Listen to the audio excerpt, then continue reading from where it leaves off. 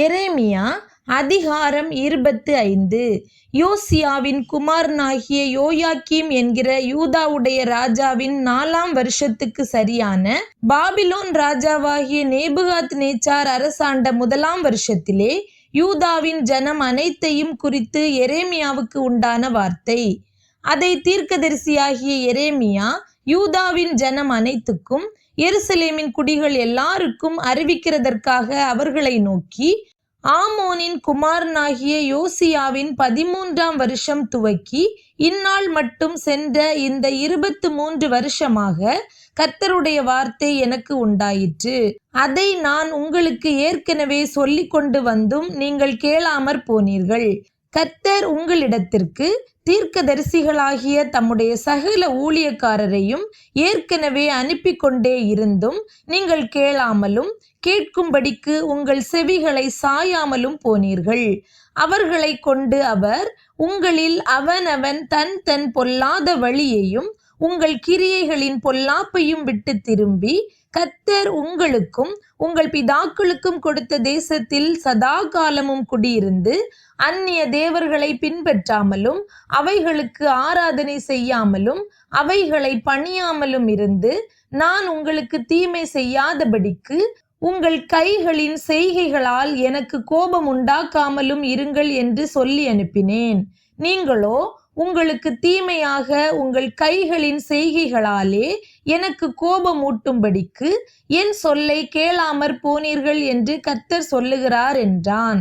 நீங்கள் என் வார்த்தைகளை கேளாமற் போனபடியினால் இதோ நான் வடக்கே இருக்கிற சகல வம்சங்களையும் என் ஊழியக்காரனாகிய நேபுகாத் நேச்சார் என்கிற பாபிலோன் ராஜாவையும் அழைத்தனுப்பி அவர்களை இந்த தேசத்துக்கு விரோதமாகவும் இதன் குடிகளுக்கு விரோதமாகவும் சுற்றிலும் இருக்கிற இந்த எல்லா ஜாதிகளுக்கும் விரோதமாகவும் வரப்பண்ணி அவைகளை சங்காரத்துக்கு ஒப்பு கொடுத்து அவைகளை பாழாகவும் இகழ்ச்சிக்குறியாகிய ஈசல் போடுதலாகவும் நித்திய வனாந்தரங்களாகவும் செய்வேன் என்று சேனைகளின் கர்த்தர் சொல்லுகிறார். மகிழ்ச்சியின் சத்தத்தையும் சந்தோஷத்தின் சத்தத்தையும் மணவாளனின் சத்தத்தையும் மணவாட்டியின் சத்தத்தையும் ஏந்திரத்தின் சத்தத்தையும் விளக்கின் வெளிச்சத்தையும் அவர்களிலிருந்து நீங்க பண்ணுவேன் என்று கர்த்தர் சொல்லுகிறார். இந்த தேசமெல்லாம் வனாந்தரமும் பாழுமாகும். இந்த ஜாதிகளோ 70 வருஷமாக பாபிலோன் ராஜாவை சேவிப்பார்கள். 70 வருஷம் நிறைவேறின பின்பு நான் பாபிலோன் ராஜாவினிடத்திலும் அந்த ஜாதியினிடத்திலும் கல்தேயருடைய தேசத்தினிடத்திலும் அவர்களுடைய அக்கிரமத்தை விசாரித்து அதை நித்திய பாழிடமாக்கி நான் அந்த தேசத்துக்கு விரோதமாய் உரைத்த என் வார்த்தைகளை எல்லாம் எரேமியா சகல ஜாதிகளுக்கும் விரோதமாக தீர்க்க தரிசனமாய் சொன்னதும் இந்த புஸ்தகத்தில் எழுதி இருக்கிறதுமான யாவையும் அதின் மேல் வர பண்ணுவேன் என்று கர்த்தர் சொல்லுகிறார்.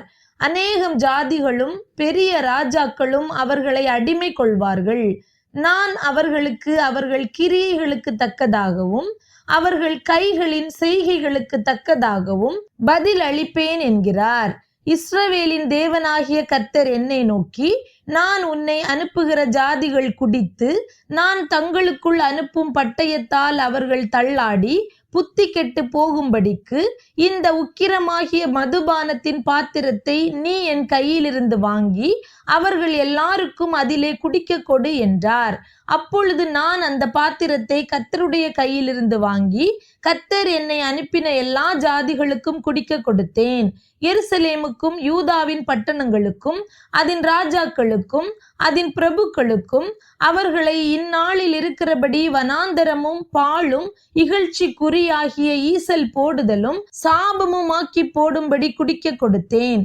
எகிப்தின் ராஜாவாகிய பார்வோனுக்கும் அவன் ஊழியக்காரருக்கும் அவன் பிரபுக்களுக்கும் அவனுடைய எல்லா ஜனத்துக்கும் கலந்து குடியிருக்கிற அனைவருக்கும் ஊத்ஸ் தேசத்தினுடைய எல்லா ராஜாக்களுக்கும் பெலிஸ்தருடைய தேசத்தில் இருக்கிற எல்லா ராஜாக்களுக்கும் அஸ்கலோனுக்கும் காசாவுக்கும் எக்ரோனுக்கும் அஸ்தோத்தில் மீதியானவர்களுக்கும் ஏதோமுக்கும் மோவாபுக்கும் அம்மோன் புத்திரருக்கும் தீருவினுடைய எல்லா ராஜாக்களுக்கும் சீதோனுடைய எல்லா ராஜாக்களுக்கும் சமுத்திரத்துக்கு அக்கறையான தீவுகளின் ராஜாக்களுக்கும் தேதானுக்கும் தேமாவுக்கும் பூசுக்கும் கடையாந்தரங்களில் உள்ள அனைவருக்கும், அரபி தேசத்து எல்லா ராஜாக்களுக்கும், வனாந்தரத்தில் கலந்து குடியிருக்கிறவர்களுடைய எல்லா ராஜாக்களுக்கும், சிம்ரியினுடைய எல்லா ராஜாக்களுக்கும், ஏலாமினுடைய எல்லா ராஜாக்களுக்கும், மேதியாவினுடைய எல்லா ராஜாக்களுக்கும்,